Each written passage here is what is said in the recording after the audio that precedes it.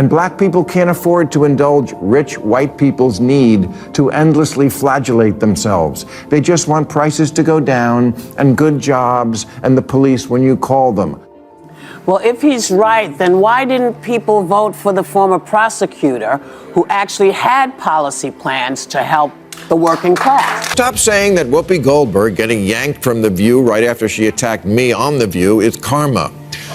There's no such thing as karma, sorry. Sorry, but life is random. The only word to describe it when a big game hunter gets trampled by an elephant and then eaten by lions is hilarious. Bill Maher is out here dismantling woke arguments like it's his daily grind and his latest focus, none other than Whoopi Goldberg.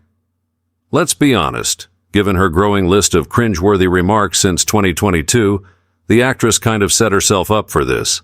Maher didn't just call her out, he systematically tore her arguments apart, leaving Whoopi scrambling like a cartoon character dodging falling anvils. So what exactly did Goldberg say this time to trigger Maher's unfiltered response? And how did his sharp rebuttal leave the woke crowd in shambles? Don't worry, we've got all the juicy details lined up for you. Buckle up, folks. This isn't just a rough patch. It's a roller coaster without seatbelts. We have got to get past this endless, unforgiving, zero-tolerance mindset bent on punishing and disappearing anyone caught saying the wrong thing. The right response to speech you don't like is more speech. Whoopi Goldberg has stirred the pot and is now facing the sharp claws of brutal truth. And let's just say it's not a pretty sight. Remember our last video where Bill Maher completely dismantled Sunny Hostin for twisting his words? Well, it seems the crew from The View isn't taking that loss lying down. This time it's Whoopi Goldberg stepping up, apparently on a mission for revenge to deliver their pound of flesh.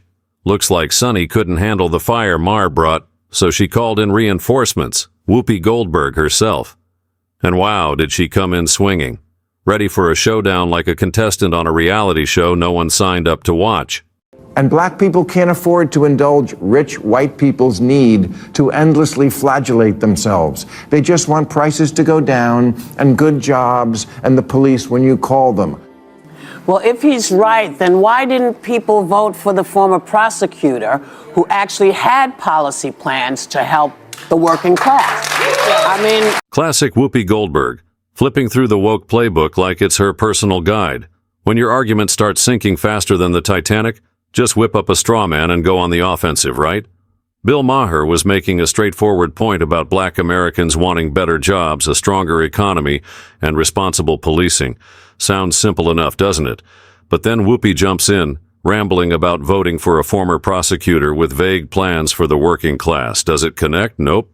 Can you find the logic? Not a chance, because there isn't any. It's like she's throwing darts blindfolded, hoping one hits the board. Spoiler alert. It doesn't. And of course, Bill Maher wasn't about to let it slide. Let's tear down statues of Lincoln and get rid of the police. Just, no, it's not that I've gotten old, it's that your ideas are stupid. Bill Maher didn't hold back, bluntly pointing out that Whoopi's ideas are as nonsensical as you'd expect from The View. The show has become the political talk show equivalent of a train wreck, painful to endure, yet impossible to look away from. Sure, it's infamous for its controversial and, let's be honest, questionable takes on nearly everything, but Sunny Hostin and Whoopi Goldberg have somehow taken the chaos to a whole new level with their over-the-top commentary. Remember when Charlemagne the God braved the set as a guest, you could practically see him questioning if he'd wandered into an alternate reality. The criticism is valid because, Democrats stand on this moral high ground all the time and, they act so self-righteous. The reality is he didn't have to say anything in regards to, whether or not, his son wanted to be pardoned. He could have said, hey, man, I'm not focused on that right now. Here's the backstory. President Joe Biden, the self-proclaimed champion of no one being above the law, just pardoned his son Hunter Biden after, surprise, surprise, he was found guilty of corruption and other related offenses. Talk about family values, right? Predictably, this move has sparked a firestorm of criticism. How do you reconcile the whole no one is above the law mantra when your son gets a free pass? It's like saying justice is blind, unless your last name is Biden.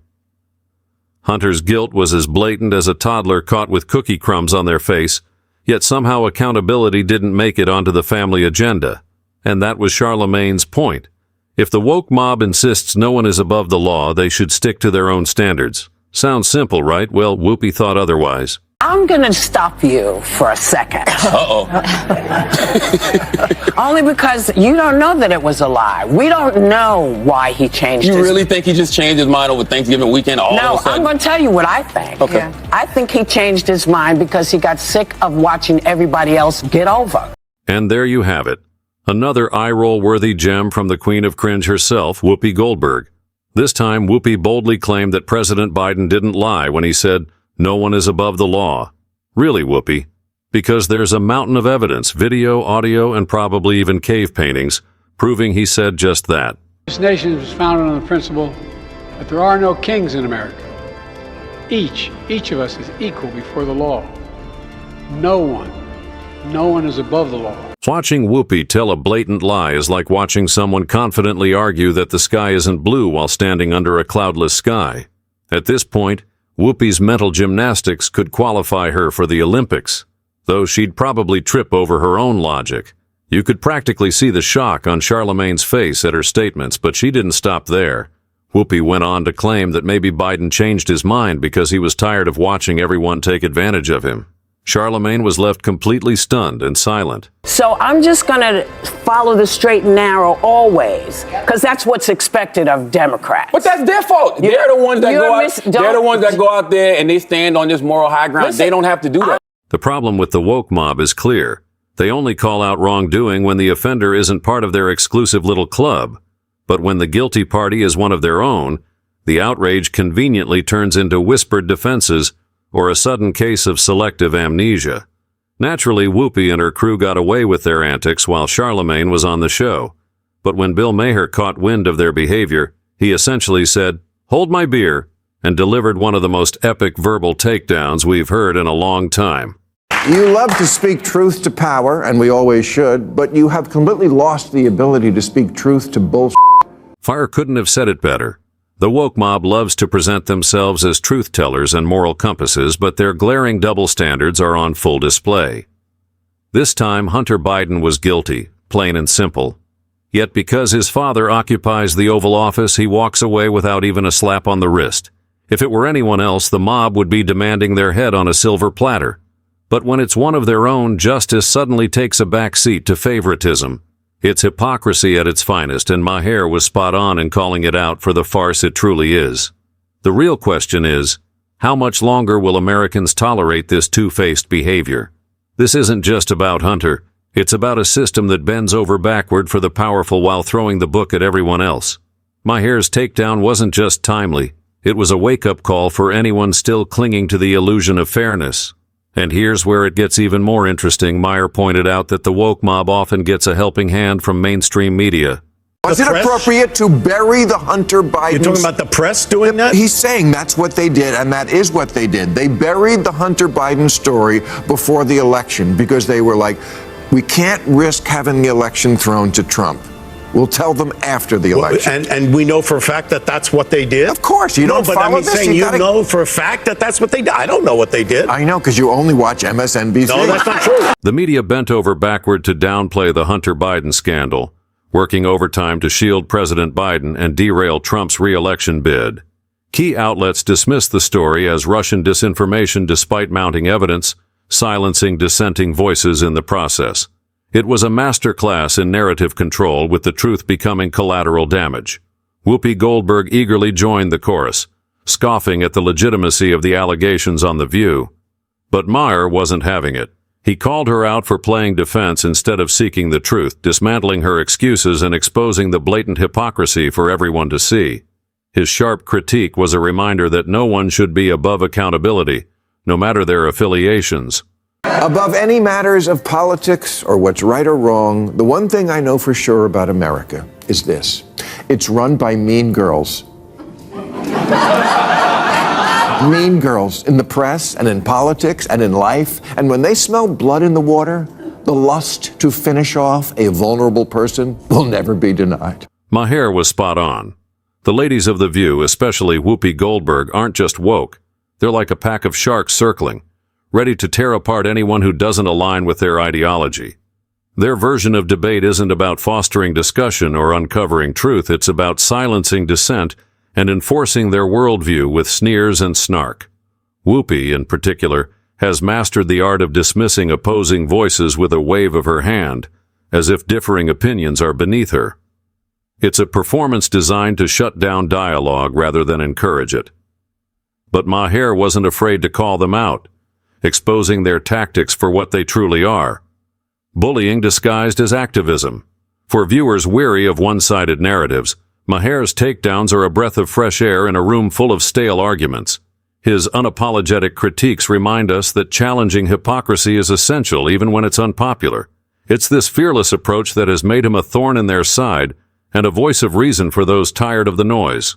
Democrats run for office as if the voters don't live here, as if they don't go to the grocery store and Starbucks and the office, but they do. But a poll last year asked, if America is the greatest country in the world, more blacks and Hispanic Americans agreed with that than the white progressives. It asked if racism is built into our society. White progressives agreed with that at higher levels than black and Hispanic people. It asked if government should increase border security. Same result. Hispanic Americans are less okay with illegal immigration than whitey. And black people can't afford to indulge rich white people's need to endlessly flagellate themselves. They just want prices to go down and good jobs and the police when you call them. Black people, they're just like us. Maher argues that the woke mob needs to stop clutching their pearls over Trump's win and start facing reality. He didn't steal it, cheat for it, or conjure it out of thin air. He won it fair and square because millions of Americans liked what he was selling, no matter how much it made the progressive left gag. Instead of blaming Russia, racism, or whatever scapegoat is trending on Twitter this week, maybe it's time to accept that democracy means sometimes the other team scores. It's not a glitch. It's the system working as intended.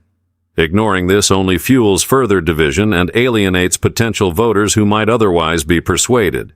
The sooner they stop playing the victim and start playing strategists, the better shot they'll have in 2028 or even 2032. Acknowledging defeat isn't a sign of weakness. It's the first step toward crafting a winning strategy for the future. I said there's a coalition of Trump voters, people who really like him. They certainly are those. And then there's people who don't necessarily like him that much, but they still think he's less crazy than stuff that strikes them as aggressively anti-common sense. Bill Maher nails it again. Not everyone who voted for Trump is hosting MAGA rallies in their backyard or swearing fealty to golden statues. A lot of them held their noses and cast their votes because they were sick of the Democrats' sanctimonious sermons and the woke mob's increasingly anti-common sense agenda. Let's be real. When you're cheering for biological men to dominate women's sports or holding rallies that appear suspiciously sympathetic to groups like Hamas, you're going to lose a chunk of the electorate. Ignoring these concerns doesn't make them disappear. It amplifies the frustration among everyday voters. People didn't vote for Trump because they loved his tweets or his tanning bed glow. They did it because the alternative felt like a lecture from a self-righteous vegan at a BBQ. If the left wants to win, maybe it's time to stop alienating the middle by embracing every fringe idea in the activist playbook. Instead, they should focus on policies that resonate with the average American. Unity and practicality will always win over division and extremes. A shift in priorities could be the key to reclaiming the trust of voters. Finally, new rules. Stop saying that Whoopi Goldberg getting yanked from The View right after she attacked me on The View is karma. There's no such thing as karma. Sorry. Sorry, but life is random. The only word to describe it when a big game hunter gets trampled by an elephant and then eaten by lions is hilarious. Yep, it's comedy gold. Bill Maher didn't just deliver the final nail in Whoopi Goldberg's coffin, he practically built the whole thing while laughing at the absurdity of it all. Whoopi, the self-appointed high priestess of the woke mob, decided to take a swing at Maher for daring to think for himself. Big mistake. Maher's response? Vintage Bill. Sharp, unapologetic, and devastatingly funny. He called out the irony of a co-host of The View, a show that markets itself as a forum for diverse opinions, attacking him for having a view she didn't like. It's a little rich, isn't it? A group of people who cry tolerance at every turn seem to think the word means tolerating only their opinions. As usual, Maher wasn't having it. He laid bare the hypocrisy of the woke echo chamber that Whoopi and her crew inhabit, where critical thinking is replaced by tribal loyalty, and dissent is treated like heresy. Watching Maher dismantle their flimsy arguments was like watching Picasso paint, only with sarcasm and logic as his brushstrokes. This isn't just about one argument. It's a wake-up call for anyone stuck in the echo chamber. Maybe it's time to embrace true diversity of thought rather than silencing it. And with this, we draw the curtains on today's episode. If you enjoyed it, hit that like button and subscribe to this channel for more videos like these. Thanks for watching, and we'll see you in the next one.